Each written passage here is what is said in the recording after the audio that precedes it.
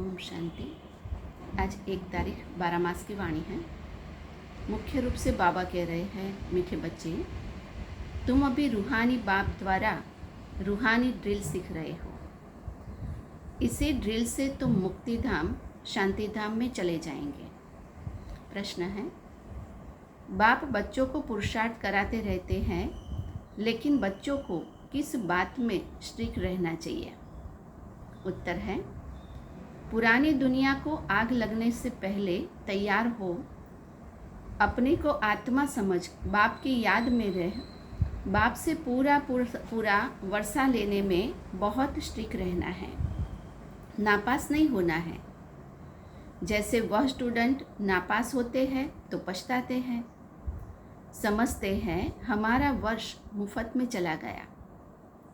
कोई तो कहते हैं नहीं पढ़ा तो क्या हुआ, लेकिन तुम्हें बहुत स्ट्रिक्ट रहना है। टीचर ऐसा न कहे कि टू लेट, है ना। अंत में बाबा कहते हैं ऐसा समय आएगा जो टीचर को कहना पड़ेगा कि टू लेट, तो फिर कुछ नहीं कर सकेंगे। इसलिए हमें बहुत स्ट्रिक्ट रहना है स्वयं के पुरुषार्थ में, पढ़ाई पढ़ने में।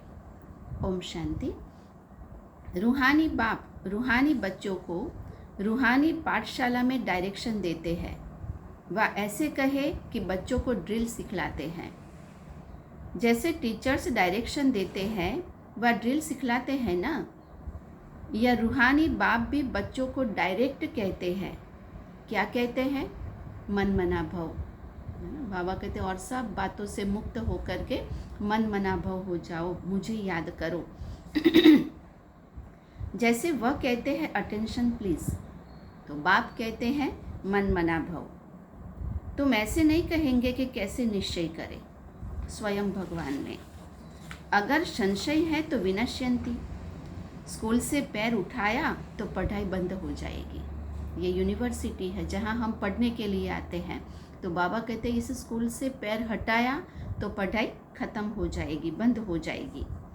पद भी विनश्यंती हो जाएगा, बहुत घाटा पड़ जाता है। प्रजा में भी कम पद हो जाएगा। मूल बात ही है सतो प्रधान पूज्य देवी देवता बनने की।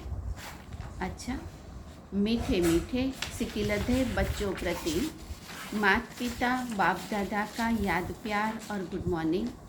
रूहानी बाप की रूहानी बच्चों को नमस्ते। हम रूहानी बच्चों की रूहानी बाप दादा को याद प्यार और नमस्ते। फिर धारणा के लिए मुख्य सार। पहला है, माया से बचने के लिए संग दोष से अपनी बहुत बहुत संभाल रखनी है।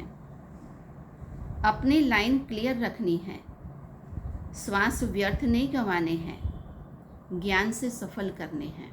बाबा कहते व्यर्थ बातों में श्वास नहीं गंवाना है, लेकिन ज्ञान में सफल करने हैं। दूसरा है, जितना समय मिले योग बल जमा करने के लिए रूहानी ड्रिल का अनुभव करना है। अभी कोई नए बंधन नहीं बांधने हैं। वरदान है, बाप की छत्र छाया के नीचे नाजुक परिस्थितियों में भी कमल पुष्प समान न्यारे और प्यारे भव। संगम युग पर जब बाप सेवाधारी बनकर आते हैं, तो छत्र छाया के रूप में बच्चों की सेवा सदा करते हैं। याद करते ही सेकंड में साथ का अनुभव होता है। यह याद की छत्र छाया कैसी भी नाजुक परिस्थितियों में कमल पुष्प के समान न्यारा और प्यारा बना देती है। मेहनत नहीं लगती।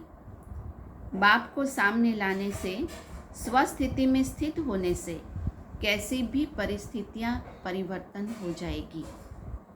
स्लोगन है, बातों का पर्दा बीच में आने न दो, तो बाप के साथ का अनुभव होता रहेगा। बातें नहीं बनाओ, ये हुआ वो हुआ इसलिए बाप को याद नहीं कर सके। बाबा कहते नहीं, बातों का पर्दा बीच में आने न दो, तो बाप के साथ का अनुभव होता रहेगा। अच्छा, ओम शांति।